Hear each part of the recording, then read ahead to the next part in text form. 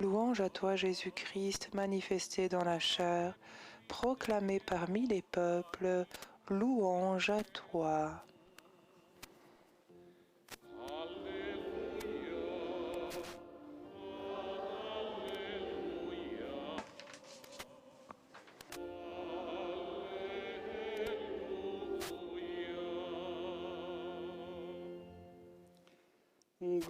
Le Seigneur soit avec vous.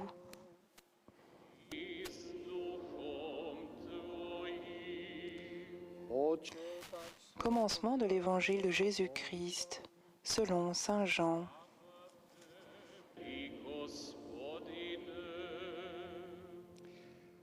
Au commencement était le Verbe, la parole de Dieu, et le Verbe était auprès de Dieu, et le Verbe était Dieu.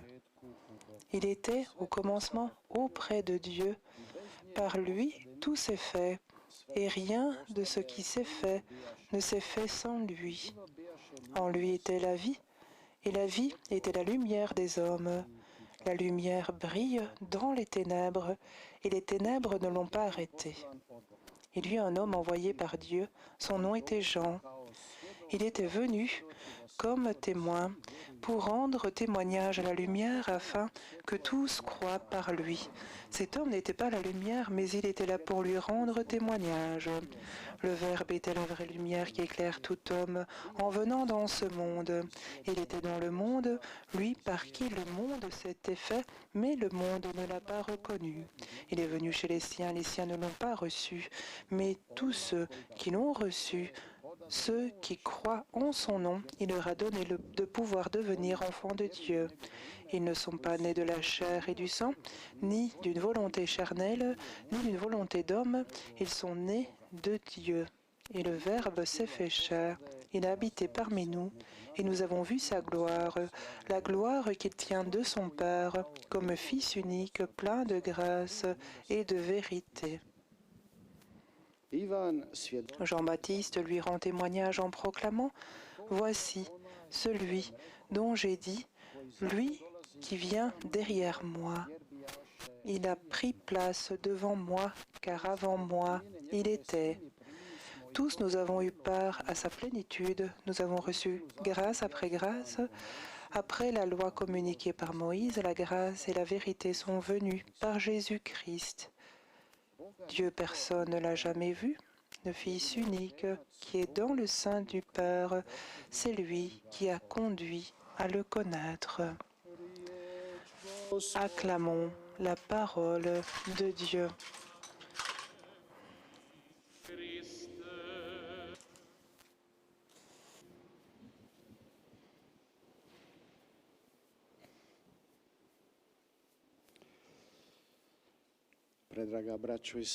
Très chers frères et sœurs, dans cet évangile, nous l'avons déjà entendu quelquefois en ce temps de la Nativité et même le jour de Noël.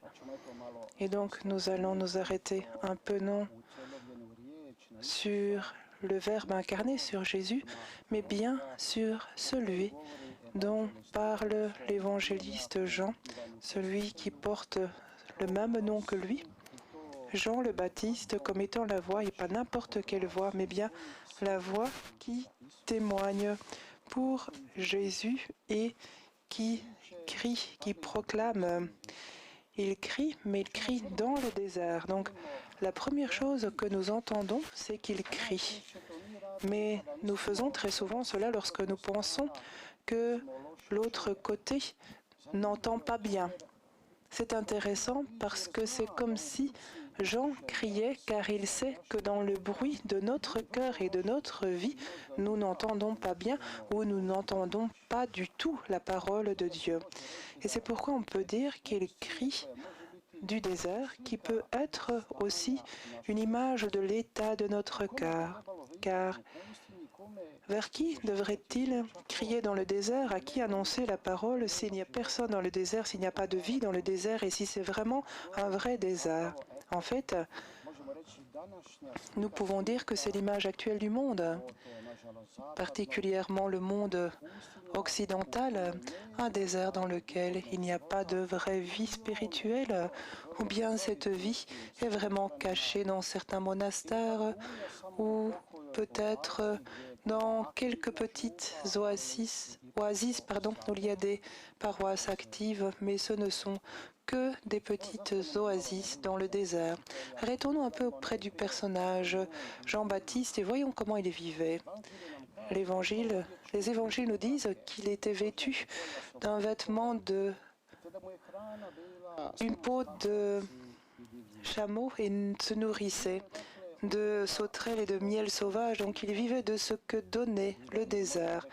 Jean, nous pouvons le dire, était vraiment un homme du désert, un ermite, qui avait faim de cette nourriture spirituelle, de la nourriture divine, car l'homme ne vit pas seulement de pain, comme Jésus l'a dit plus tard. Jean est celui qui a soif de la source vive, de cette source intarissable. Donc, Jean était formé par le désert, et c'est comme s'il avait uni au ciel, car de la terre, il n'avait que peu de profit. Et c'est étrange, car tout Jérusalem et toute la Judée couraient vers lui. Donc, un exemple de simplicité de vie et de vérité. Et cela est toujours attrayant. Cela est toujours un défi, dans ces multiples propositions où l'on recherche toujours quelque chose de nouveau aujourd'hui. C'est comme si l'homme n'arrivait jamais à soulager sa soif et dès qu'il trouve quelque chose, il a déjà en tête d'autres besoins, d'autres choses. Eh bien, frères et sœurs, il faut que nous libérions notre cœur, car c'est le premier lieu où nous devons clairement entendre la voix et la parole de Dieu qui nous parle. Et nous pouvons dire librement que Jean a pu voir comment le Seigneur était bon.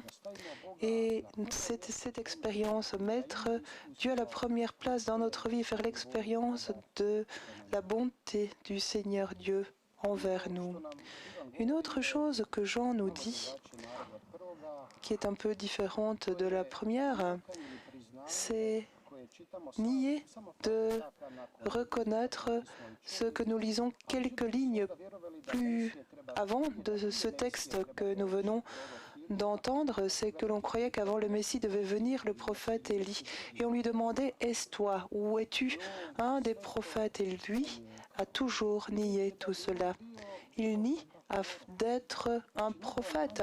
Donc son intention n'est pas de nier son identité prophétique, parce qu'en fait, c'est ce qu'il était. Il était un prophète et en fait, il était le dernier des prophètes et le plus signifiant de tous les prophètes, mais son but final est de souligner que le Messie est là, très proche, et qu'il est là parmi nous.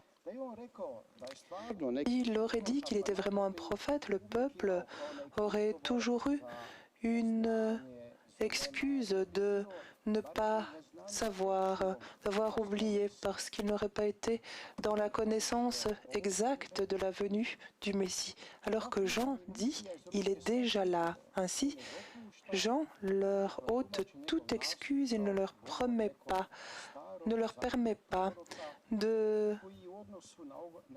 d'œuvrer comme un ancien prophète de l'Ancien Testament qui vient d'un éloignement temporaire, mais il veut leur faire connaître qu'ils doivent être responsables et accueillir maintenant, vraiment maintenant, le prophète.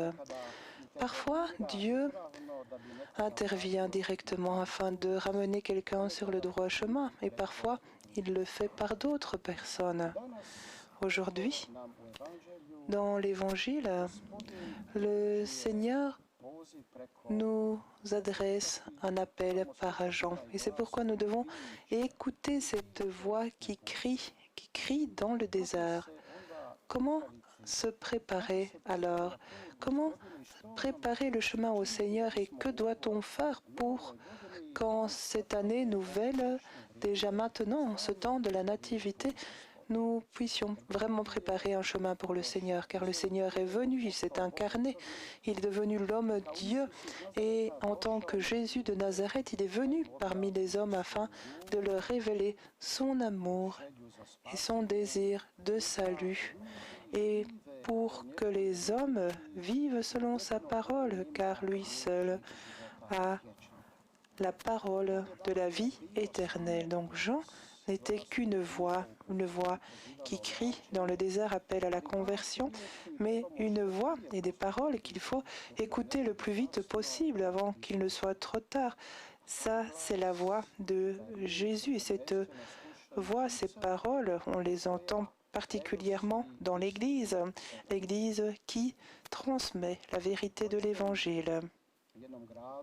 Dans une ville, un homme qui autrefois vivait avec beaucoup de liens dans le péché et habitait près de l'église, après s'être converti, a témoigné de ceci. Il dit, si vous saviez combien la cloche de l'église me dérangeait, quand la cloche sonnait, je devenais fou.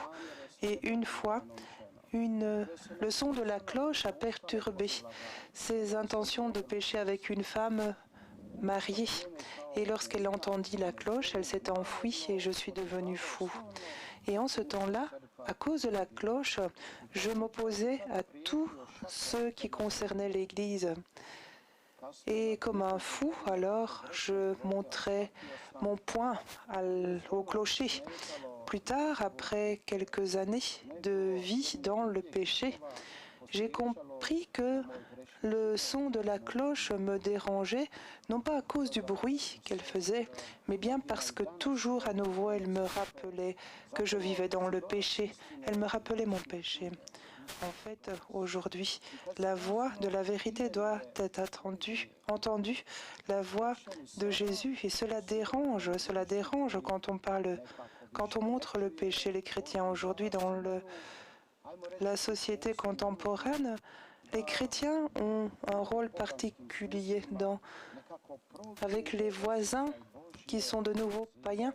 Il faut réveiller le sentiment de la proximité divine et ramener à nouveau le sens de Noël qui était ombragé et le salut divin, car beaucoup de personnes pensent qu'aujourd'hui il ne leur faut aucun salut et qu'ils ont tout ce que leur âme désire dans les choses matérielles, mais c'est une grande illusion de cette société commerciale d'aujourd'hui. Mes chers, revenons à Dieu, car lui seul peut nous combler totalement. Et n'ayons pas peur, car Dieu nous aime, même lorsque nous pensons que nous ne sommes pas dignes de son amour. Et c'est pourquoi il nous envoie sa Sainte Mère, particulièrement en ce saint lieu. Écoutons avec le cœur tout ce que la Vierge nous dit, particulièrement ce qui concerne un abandon total, ce que nous avons entendu pour Noël, car le Tout-Puissant l'envoie afin qu'elle nous aide sur le chemin de conversion, c'est-à-dire de retour à Dieu et de découverte du vrai bonheur dans la vie. Soyons reconnaissants à Dieu et la Vierge Marie pour son grand amour pour nous. Amen. Loué soit Jésus et Marie.